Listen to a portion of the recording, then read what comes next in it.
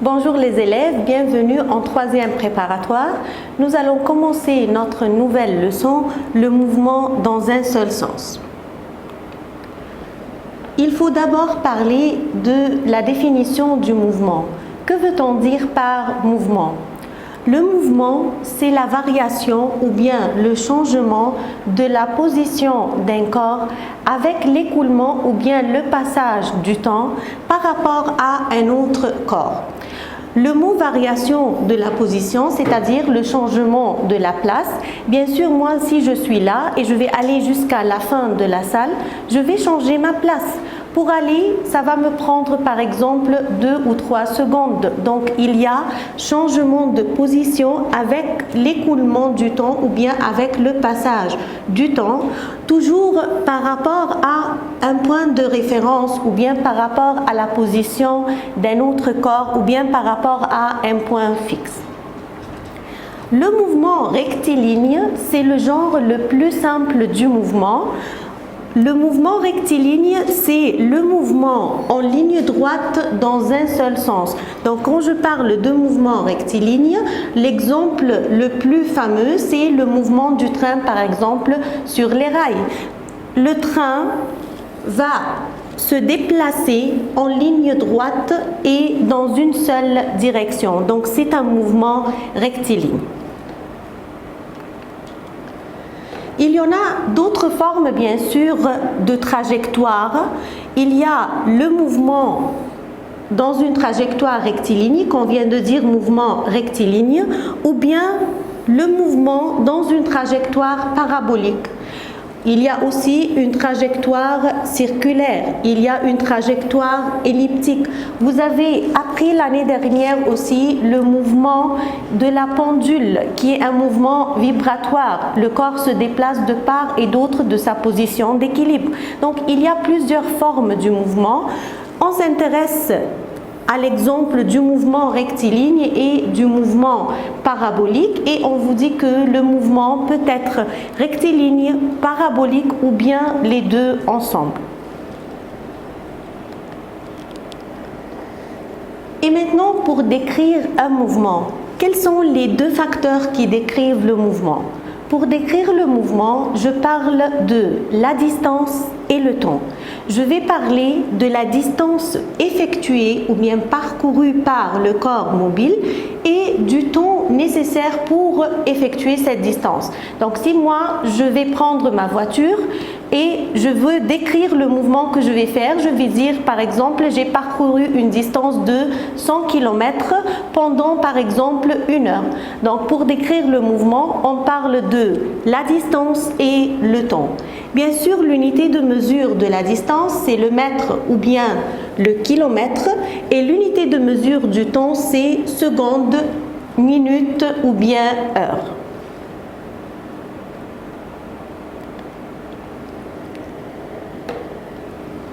Et maintenant, puisqu'on parle de distance et de temps, on va définir une grandeur physique appelée vitesse.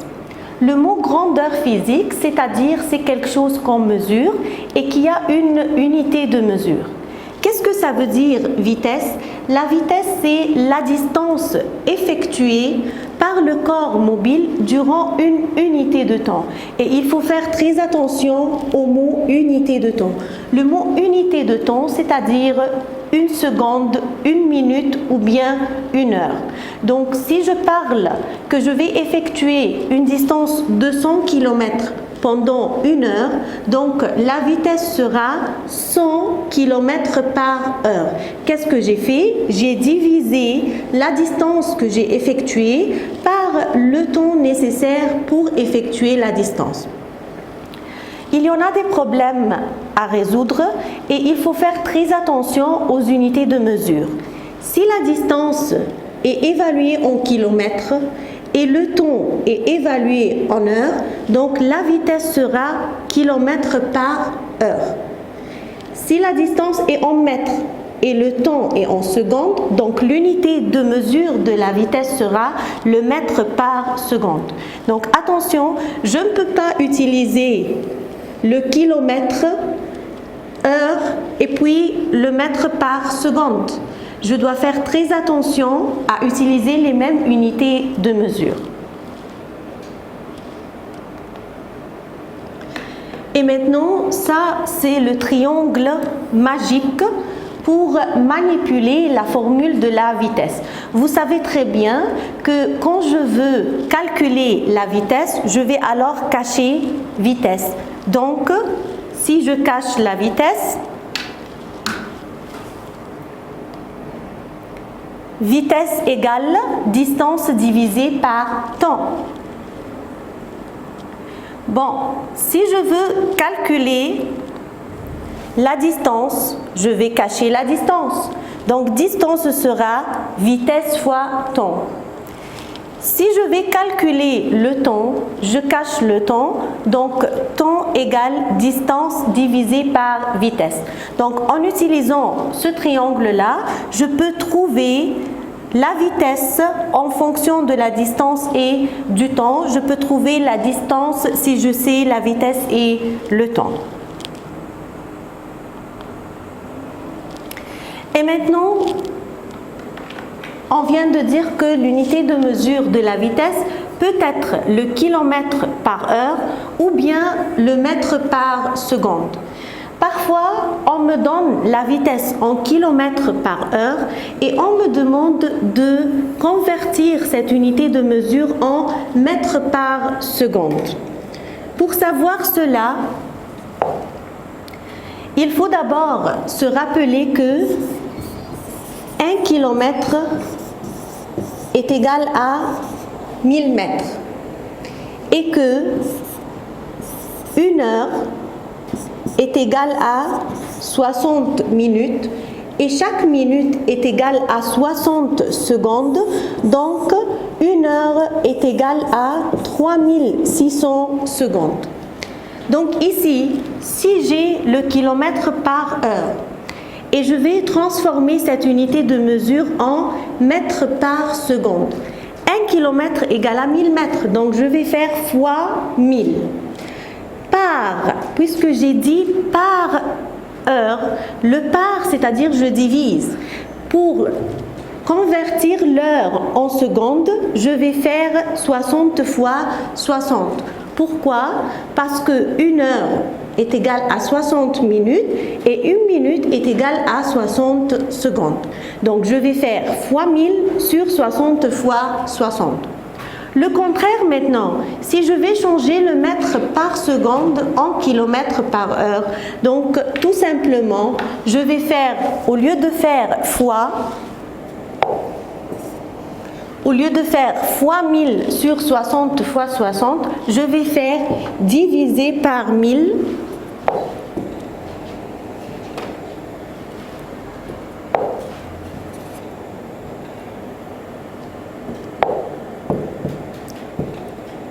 Divisé par 1000 sur 60 fois 60.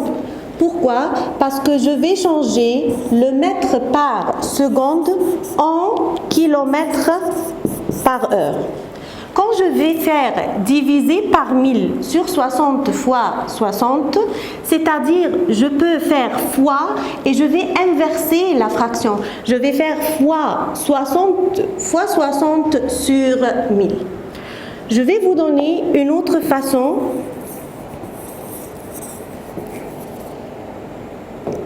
pour convertir le mètre en seconde en kilomètre par heure.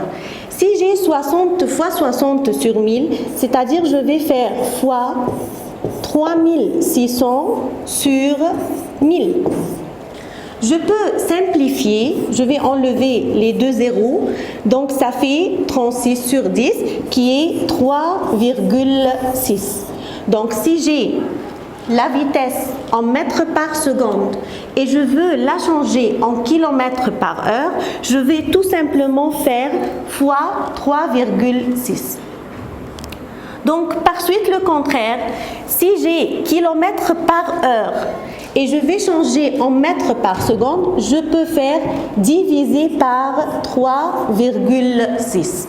Donc j'ai deux façons de faire. Ou bien je fais fois 1000 sur 60 fois 60 pour changer le kilomètre par heure en mètres par seconde. Pourquoi? Parce que 1 km est égal à 1000 mètres et 1 heure est égale à 3600 secondes.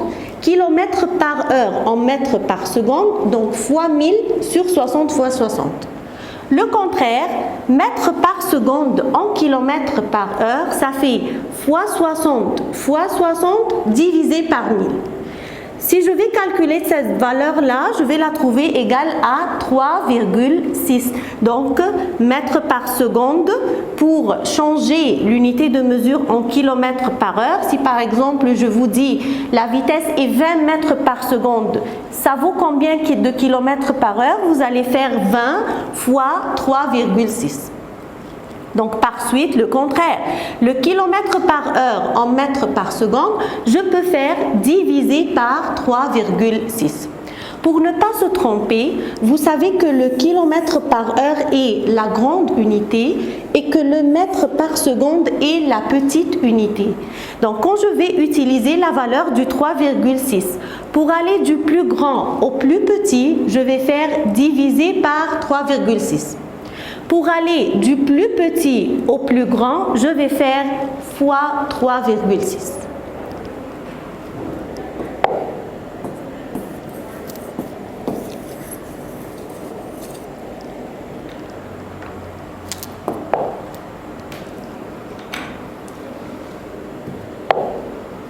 Et maintenant, on continue.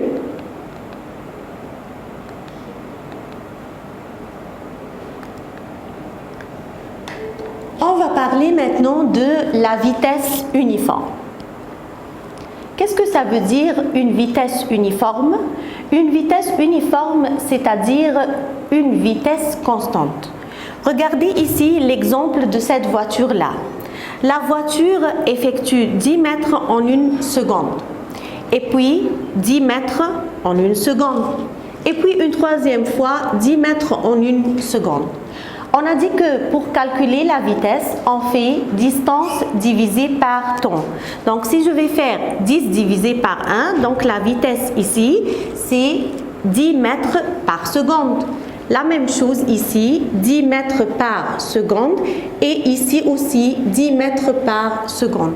Donc ici, je vais dire que le corps se déplace avec une vitesse uniforme. Uniforme, c'est-à-dire constante, la vitesse ne change pas. C'est-à-dire le corps effectue des distances égales pendant des intervalles de temps égaux. Même distance pendant le même temps, donc le corps se déplace avec une vitesse uniforme ou bien une vitesse constante. Dans ce cas, on décrit le mouvement comme étant un mouvement uniforme. Donc, qu'est-ce que ça veut dire un mouvement uniforme? Un mouvement uniforme, c'est le mouvement durant lequel le corps effectue des distances égales pendant des intervalles de temps égaux. Mais attention, c'est difficile de réaliser pratiquement la vitesse uniforme. Pourquoi? Parce que quand on circule par exemple en voiture, il y a les feux rouges. On va utiliser les freins. Il y a les conditions de la route, l'embouteillage, la circulation des piétons et des voitures. Donc pratiquement, on ne peut pas réaliser la vitesse uniforme. Donc, on parle le plus souvent de vitesse non uniforme. Regardez l'exemple ici. La voiture a parcouru 7 mètres en 1 seconde, et puis 10 mètres en 1 seconde, et puis 13 mètres en 1 seconde. Donc la vitesse ici était 7 mètres par seconde, 10 mètres par seconde, 13 mètres par seconde. Je vous rappelle, pour calculer la vitesse, je fais la distance effectuée divisée par le temps. Donc ici, la vitesse a changé. Puisque la vitesse change pendant le trajet, donc ça c'est une vitesse non uniforme. C'est-à-dire, le corps parcourt des distances inégales pendant des intervalles de temps égaux. Ou bien le contraire, il peut parcourir la même distance, mais pendant des intervalles de temps inégaux. Et maintenant, qu'est-ce que ça veut dire une vitesse moyenne? On a dit que la vitesse uniforme n'est pas facile à réaliser pratiquement. Donc moi je vais vous dire par exemple que j'ai parcouru une distance de 240 km en 3 heures. Quand je parle de vitesse, j'ai dit, faites attention, la vitesse c'est la distance effectuée durant une unité de temps, 1 heure, 1 seconde, 1 minute. Ici j'ai 3 heures, donc si je fais distance divisée par 3, 240 divisé par 3, distance divisée par temps, ça fait 80. Donc 80 km par heure, c'est la vitesse moyenne, c'est-à-dire j'ai divisé la distance totale que j'ai effectuée par le temps total mis pour effectuer cette distance. Donc il faut faire très attention. Le rapport entre la distance totale effectuée par le corps mobile et le temps total mis pour effectuer cette distance est appelé vitesse moyenne, puisque on parle le plus souvent de vitesse non uniforme. Ce n'est pas nécessairement que j'ai fait pendant chaque heure de ces 3 heures la même distance. Je vous donne un exemple plus simple.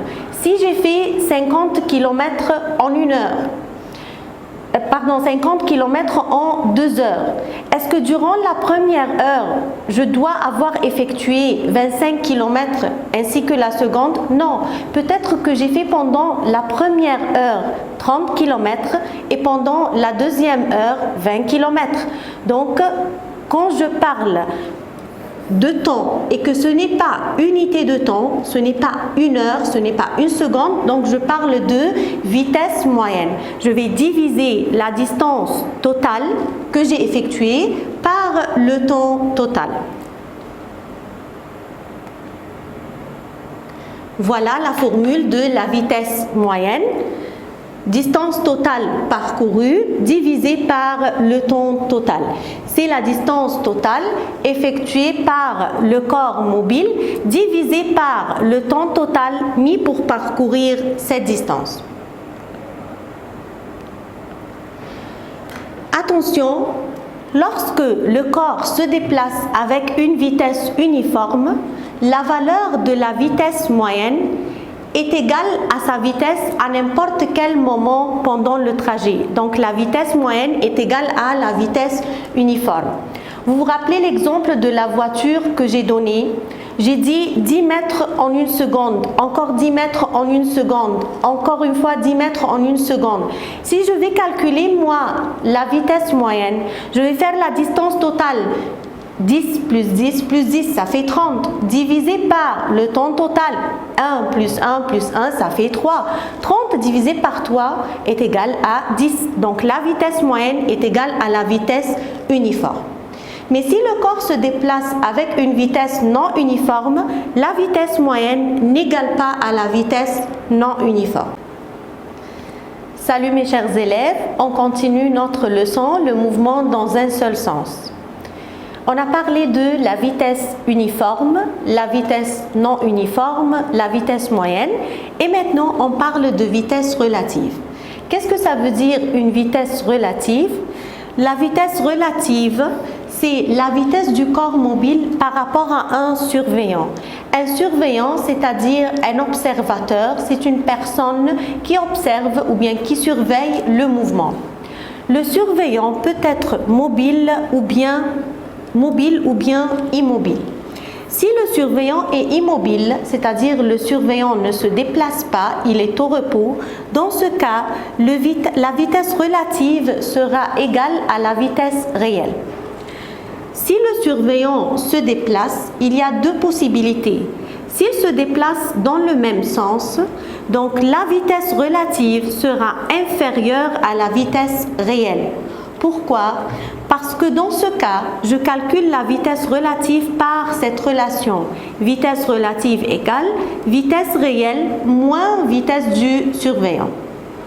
Si le surveillant se déplace dans le sens contraire, la vitesse relative sera supérieure à la vitesse réelle. Pourquoi? Parce que dans ce cas-là, je calcule la vitesse relative par la relation vitesse relative égale vitesse réelle plus la vitesse du surveillant. Le surveillant, c'est la vitesse, le surveillant, c'est la personne qui observe ou bien qui surveille le mouvement. Donc la vitesse relative, c'est la vitesse du corps mobile par rapport à cette personne-là. Comment cette personne-là voit la vitesse de la voiture. C'est ça la vitesse relative. Donc voilà, vous voyez un train qui se déplace et ça c'est le sens du mouvement. Et voilà, nous avons B, un surveillant immobile. Un surveillant immobile, c'est-à-dire un surveillant qui ne se déplace pas.